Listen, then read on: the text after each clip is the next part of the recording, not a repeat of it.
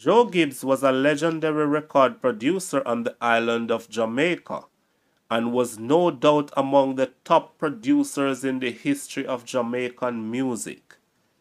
In this video, I look at the life, career, and death of the man internationally known as Joe Gibbs.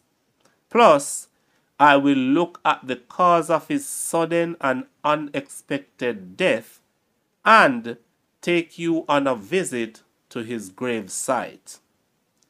I am Nigel D. Salmon. Welcome to Jamaican Chapter.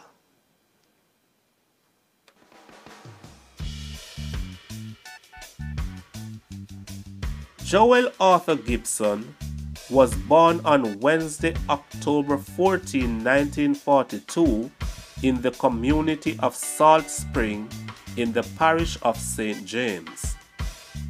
As a youth, he developed a passion for electrical repair.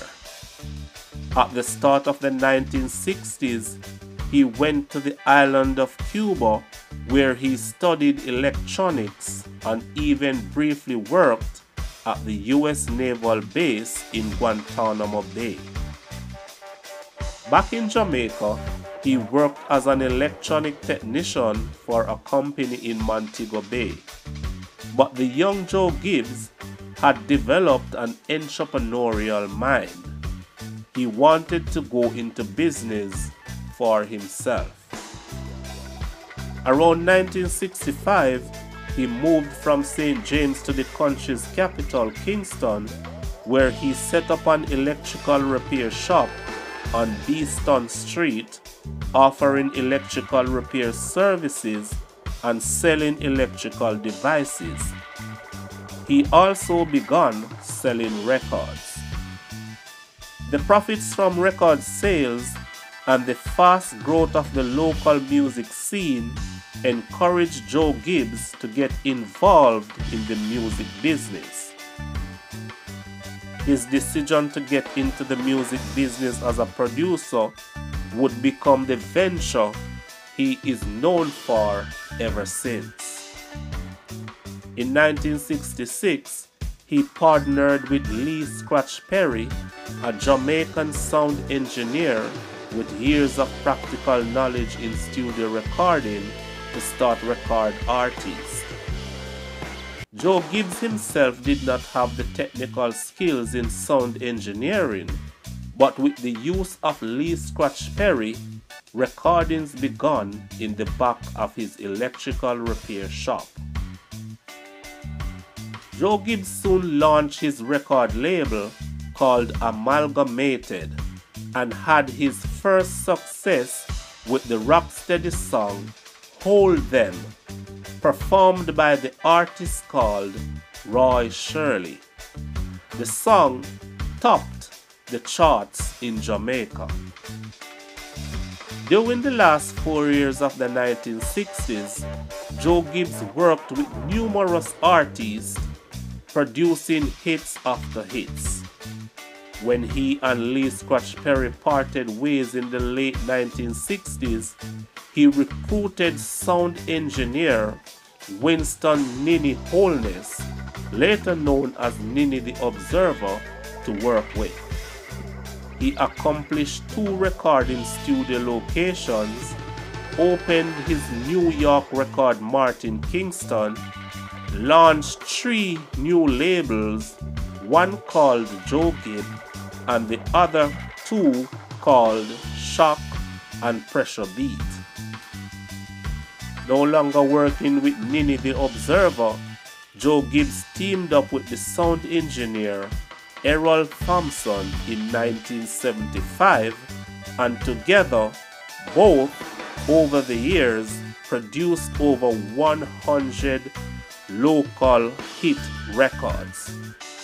Joe Gibbs and Errol Thompson were so effective together, they were called the Mighty Two.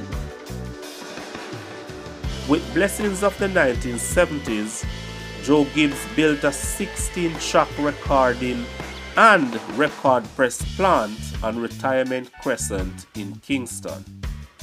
Hit songs Joe Gibbs produced during the 1970s include the following: Money in My Pocket by Dennis Brown, 2/7's Clash by Culture, A So We Stay by Big Youth, and Love of the Common People by Nick Thompson. The 1970s saw Joe Gibbs involved in acting. He appeared in a scene of the 1978 film called Rockers. In the scene, main character Horse Mouth approached Joe Gibbs bargaining for records to distribute. Joe Gibbs played himself, exactly what he was in real life, the owner of a record manufacturing company. In fact, the name of his record manufacturing company can be seen in a scene from the film. The acting role for Joe Gibbs was never difficult. Rockers is a film that required the actors to be themselves, and so Joe Gibbs, in his role, was just being the man he was in real life. Much of the music in the film was recorded in his studio by his sound engineer, Errol Thompson. But while Joe Gibbs was enjoying the successes of his business ventures in the 1970s, he was to experience a tragic loss in his personal life.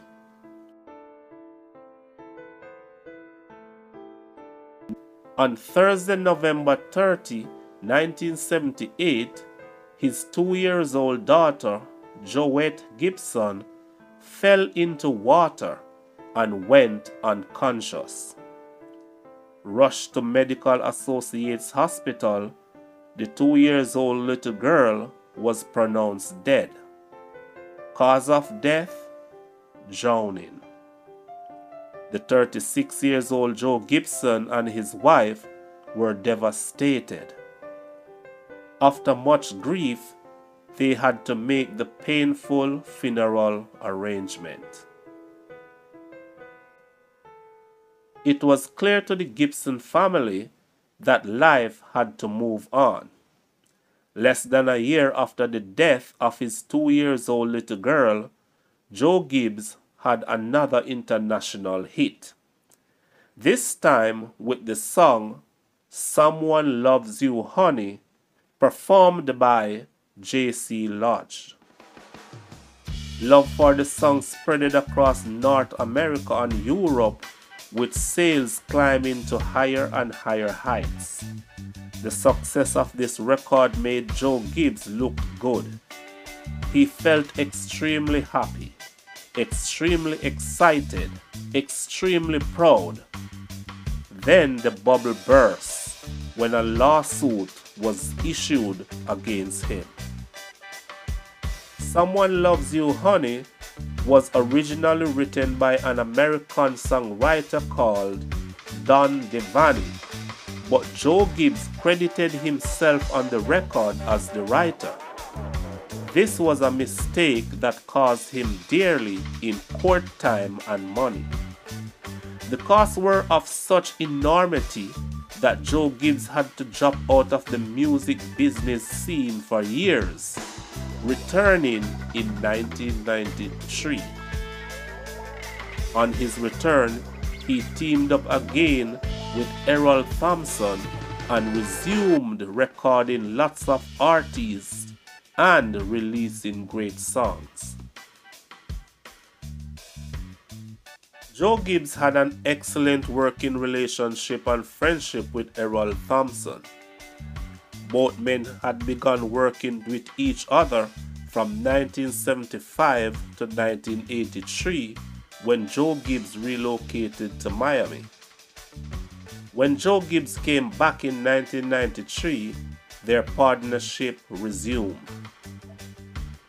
Errol Thompson co-produced an album with Joe Gibbs' son, Stephen Gibson, in 2004 and was even employed as a manager of Joe Gibbs' grocery store in downtown Kingston. Errol Thompson's health declined in the latter half of 2004 after he suffered several strokes. He died on Saturday, November 13, 2004 at age 55.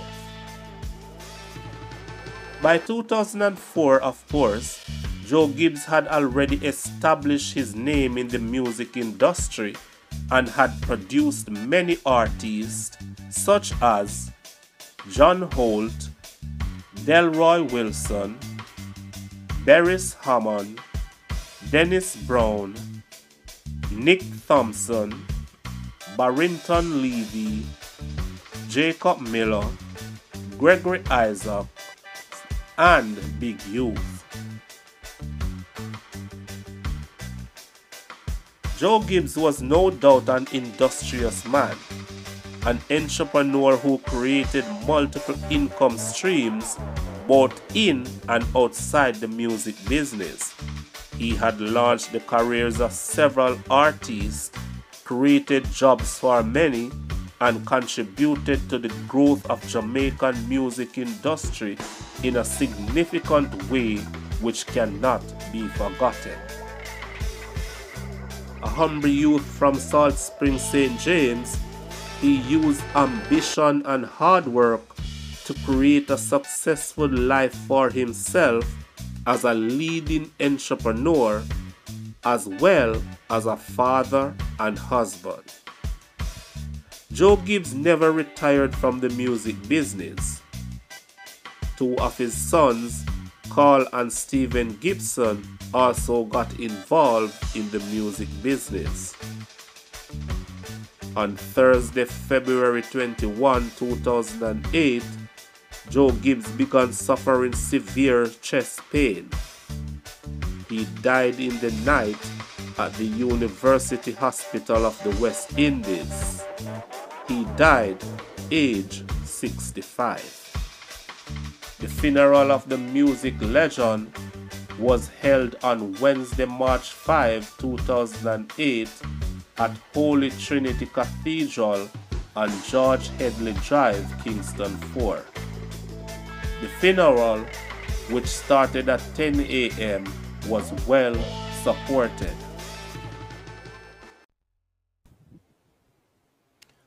Alright, so I am at Dovecot Memorial Park here in St. Catherine. It's peaceful out here, absolutely peaceful. And I'm gonna start by showing you the grave of Errol Thompson. And this is the grave of Errol Thompson, the sound engineer that Joe Gibbs recorded many hits with. He was not just known for working with Joe Gibbs, he knew Joe Gibbs for some time because he started out his studio recording experiences at Studio One, a recording studio that was founded by Sir Coxsone Dodd. So in his own right, he has his own story. He was a record producer and he had created his own mark in the music industry. And this is his grave here at Dovecot Memorial Park here in St. Catherine. The man, a very humble man, Errol F. Thompson, resting here in Dovecot. Let's continue.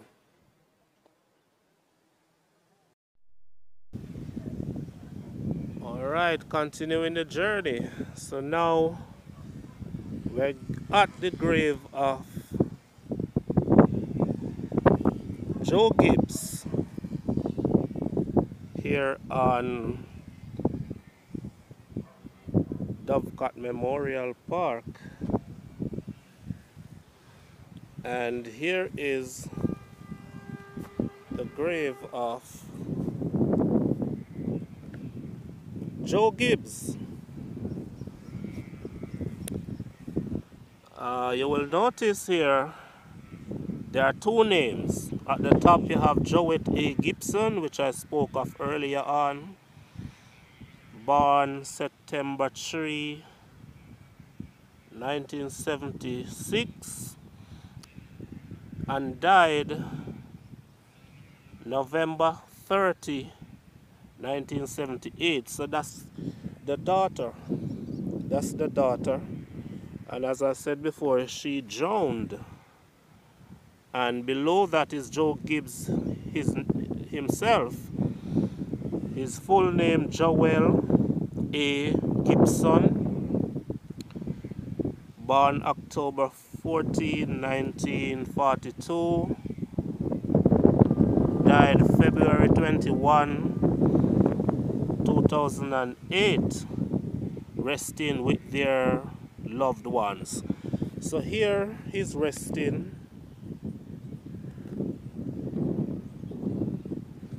Here he is resting with his daughter.